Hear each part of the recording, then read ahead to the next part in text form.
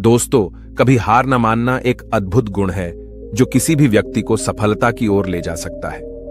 यह वह शक्ति है जो हमें चुनौतियों का सामना करने और अपने लक्ष्यों को प्राप्त करने में मदद करती है।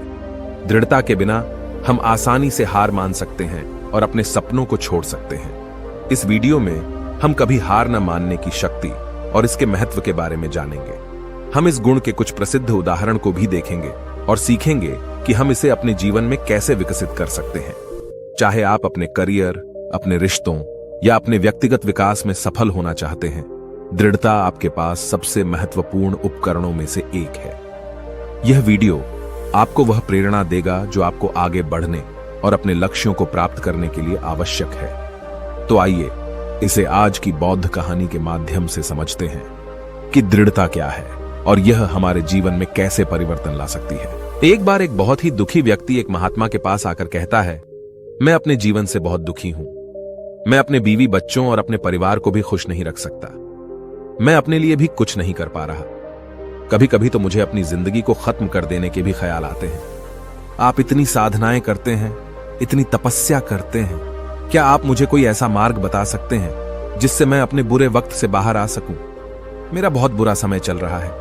2 वक्त की रोटी का इंतजाम करना भी मेरे लिए बहुत मुश्किल हो गया है। अब आप ही बताइए कि ऐसे वक्त में मैं जिंदा रहूं तो कैसे रहूं? कैसे अपने परिवार को खुश रखूं?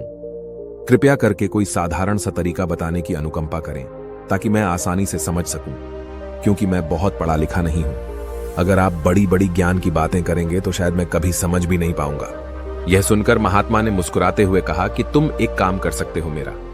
उसने सामने की तरफ इशारा करते हुए कहा कि उस ऊंची पहाड़ी पर एक मंदिर है और उस मंदिर के पास चींटियों का एक घर है जहां पर हजारों चींटियां रहती हैं।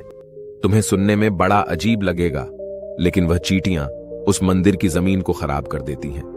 उस मिट्टी की उपजाऊ शक्ति वह खत्म कर देती हैं, जिसके कारण वहां पर कोई भी पेड़ या कोई भी घास पनप नहीं पाती है। तुम मेरा एक काम करो, उसके बाद मैं तुम्हें तुम्हारे सवालों के जवाब दूंगा। तुम 7 दिन तक रोज उस पहाड़ी पर जाओ और उस चींटियों के घर को तहस नहस कर दो, उसको तोड़ दो। जब भी तुम्हें कोई चींटियों का घर दिखे मंदिर के आसपास, तो उसे वहीं पर तहस नहस कर देना। लेकिन याद रहे, घर को तोड़ने में कोई भी चींटी मरने नहीं चाहिए। इस बात को समझने का प्रयास करते हुए वह युवक वहां से चला गया। शायद उसको कुछ समझ में नहीं आया था कि महात्मा जी ऐसा क्यों करवा रहे हैं। वह तो उन चींटियों पर अन्याय कर रहे हैं, उनका घर तोड़वा रहे हैं, उन्हें नुकसान पहुंचा रहे हैं। आखिर कौन महात्मा ऐसा करेगा? लेकिन फिर भी उस महात्मा की बात मानते हुए वह अगले दिन से ही पहाड़ी पर जाना शुरू कर देता है। जब वह पहले दिन पहाड़ी पर पहुंचता है तो देखता है कि बहुत सारी चींटियां अपना खाना जुटाने में लगी हुई हैं। सारी चींटियां कतार से चल रही थीं और अनाज के छोटे छोटे कण उठाकर अपने घर में जमा करती जा रही थी। यह देखकर पहले तो उस युवक का मन कमजोर पड़ गया। उसने सोचा कि ये इतनी मेहनत करके अपना घर भर रही हैं और मैं इनके घर को तबाह कर दूंगा तो इनको कितना बुरा लगेगा। लेकिन फिर उसने उस महात्मा की बात याद करते हुए उस घर को तोड़ना शुरू कर दिया। जल्द ही चींटियों में हाहाकार मच गया। वह इधर उधर दौड़ने लगी। अभी तक जो कतार में चल रही थी, अब वह बिखर गई और इधर उधर अपनी जान बचाने के लिए भागने लगी। थोड़ी देर में घर टूट गया और सारी चींटियां इधर उधर छुपने के लिए भाग चुकी थीं। यह करने के बाद वह युवक दुखी मन से वापस अपने घर पर लौट आया। उसका मन परेशान था, दुखी था, पश्चाताप से भरा हुआ था। फिर उसने अपने बिस्तर में रात में लेटे लेटे ही सोचा कि अब तो उन चींटियों का घर तबाह हो चुका है। अब वहां वापस जाने से क्या प्रयोजन है? अब क्या फायदा होगा? क्योंकि चींटियों का घर तहस नहस करने के लिए महात्मा जी ने कहा था, जो मैं कर चुका हूं। लेकिन फिर कुछ सोचकर अगले दिन उसने फिर से जाने का निश्चय किया और अगले दिन सुबह सुबह उठकर वह वापस उसी पहाड़ी पर पहुंच जाता है। पहाड़ी पर पहुंचकर वह उसी जगह पर पहुंचता है जहां पिछली सुबह उसने उस घर को तहस नहस कर दिया था। लेकिन वह यह देखकर चौंक जाता है कि उन चींटियों ने फिर से अपना घर उसी जगह पर बना लिया था और अब वह फिर से अपने घर के लिए सामान इकट्ठा करने में जुटी हुई थी। उस आदमी को देखकर लगा कि यह चींटियां कितनी मूर्ख हैं। इनको पता है कि कल ही इनका घर इसी जगह पर तबाह किया गया है और उसी जगह पर उन्होंने अपना नया घर भी बना लिया। और यह सोचकर वह आदमी हंसने को हुआ। लेकिन फिर से महात्मा की बात याद करते हुए उसने उन चींटियों का घर फिर से तबाह करना शुरू कर दिया। फिर से उन चींटियों में हलचल मच गई और थोड़ी देर में वह चींटियां इधर उधर अपनी जान बचाने के लिए भागने लगी। कुछ ही देर में उनका घर फिर से नष्ट हो गया और वह युवक थोड़ा संतोष के भाव से कि इस बार तो मैंने अच्छी तरह से उस घर को तबाह कर दिया है, अब तो वह चींटियां यहां पर अपना घर बना ही नहीं पाएंगी। इसीलिए जाने से पहले उसने उस घर पर ठंडा पानी भी डाल दिया ताकि चींटियां वहां पर अपना घर न बना सकें। और इस तरह अपना कर्म पूरा करके वह युवक फिर से अपने घर लौट आया। आज रात में सोते वक्त फिर से वह इंसान यही सोच रहा था कि क्या महात्मा यह सही काम करवा रहे हैं? क्या किसी का घर तबाह करना किसी सिद्ध पुरुष को शोभा देता है? क्या हो अगर वह महात्मा सिद्ध पुरुष हो ही ना? क्या होगा अगर वह मुझे बेवकूफ बना रहे हो? लेकिन फिर उसने निश्चय किया कि मैं अपने काम को पहले पूरा कर लेता हूं, उसके बाद ही पता चलेगा कि महात्मा मुझसे ऐसा क्यों करवा रहे थे। और यही सोचकर वह रात में सो जाता है।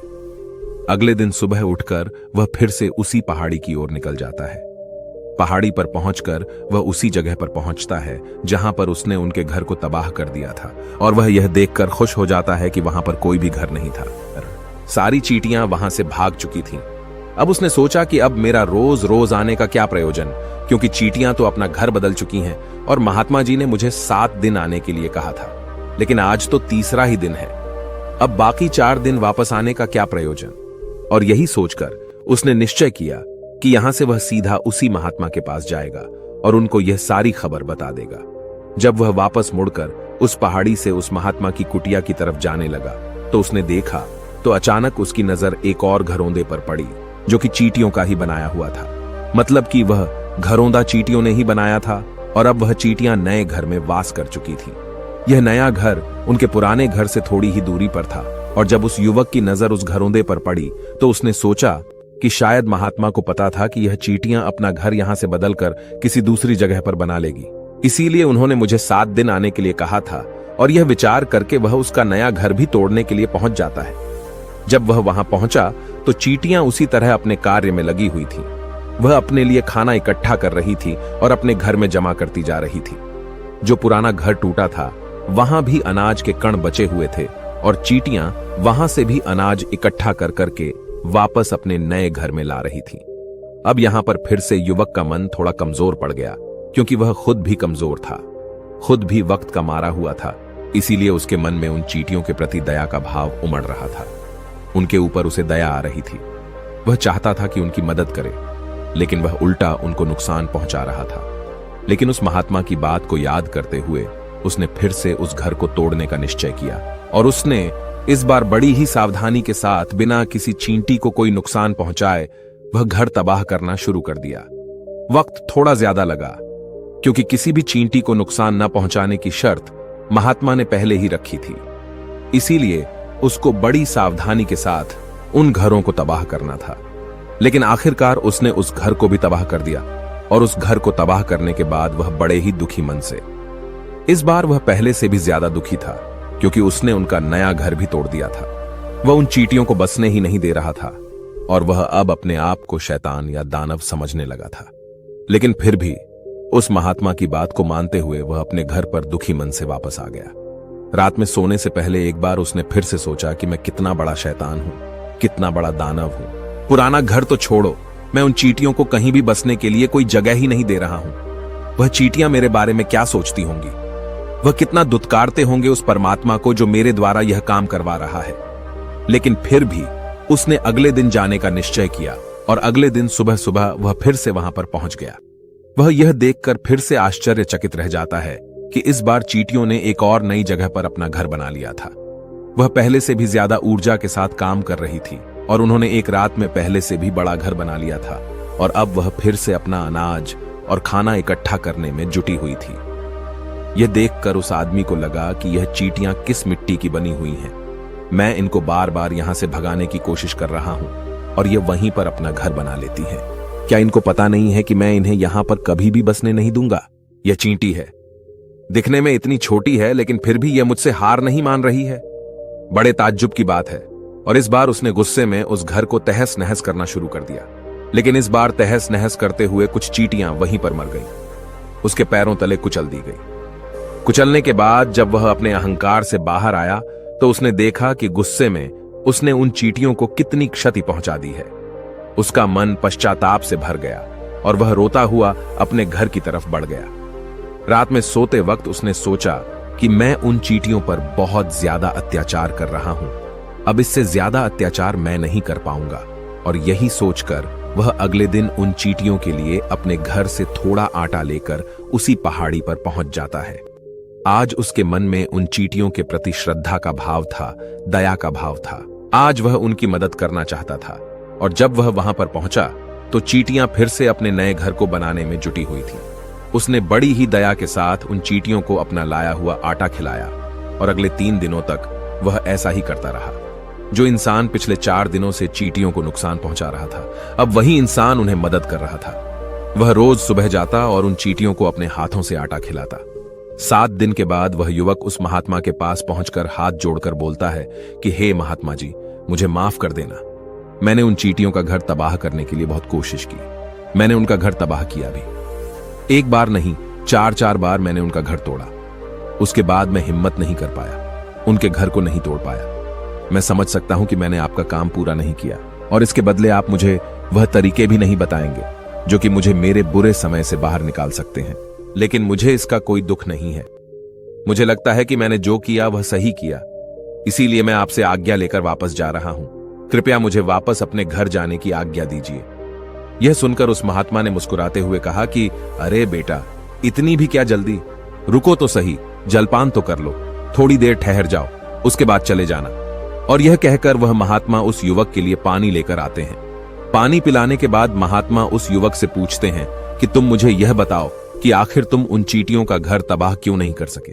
वह चींटियां तो छोटी छोटी हैं और तुम इतने विशाल हो, फिर भी तुम उन छोटी छोटी चींटियों का घर तबाह नहीं कर पाए। कहां है तुम्हारी शक्ति, तुम्हारा बाहुबल? इसका जवाब देते हुए उस युवक ने कहा कि हे गुरुवर, मैंने उन चींटियों का घर तबाह कर दिया था, बार बार किया था। एक बार तो अपने गुस्से में उन चींटियों को भी मैंने हानि पहुंचा दी थी। लेकिन जिस दिन मैंने उनको हानि पहुंचाई, उसी दिन मेरे को लगा कि मैं उनको क्यों हानि पहुंचा रहा हूं, क्यों इनको इतनी तकलीफ दे रहा हूं। और उसी दिन से मैंने उनको नुकसान पहुंचाने की बजाय उनकी सहायता करनी शुरू कर दी। यह सुनकर उस महात्मा ने कहा कि यही तो सीखने की बात है।